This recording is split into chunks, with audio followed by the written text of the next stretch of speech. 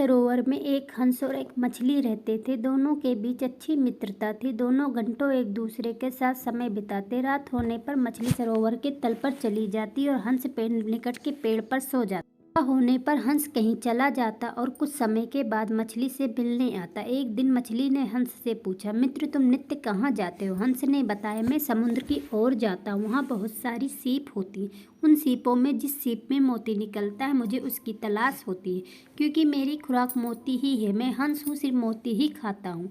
यह सुनकर मछली बोली, मित्र मुझे भी समुद्र देखना है कि वह कैसा होता है।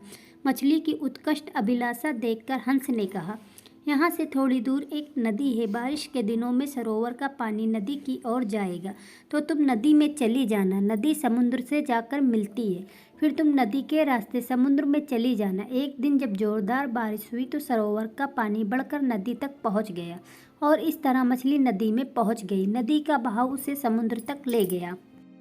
मछली ने समुद्र में देखा कि वहाँ पर लाखों मछलियाँ तथा कई अन्य खतरनाक जीव हैं। वहाँ उसका कोई मित्र नहीं था। वहाँ उसने देखा बड़ी मछलियाँ व खतरनाक जीव छोटी मछलियों को खा रहे थे। वह किसी तरह वहाँ अपनी जान बचा पा रही थी, लेकिन उसे पता था कि अब वो यहाँ किसी न किसी जीव का शिकार अवश्य बन जाएगी।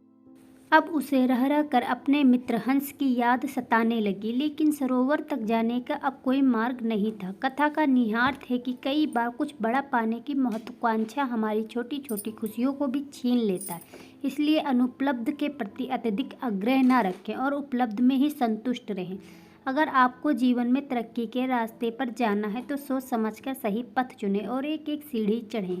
वीडियो को लाइक और चैनल को सब्सक्राइब कर लीजिएगा। Thank you.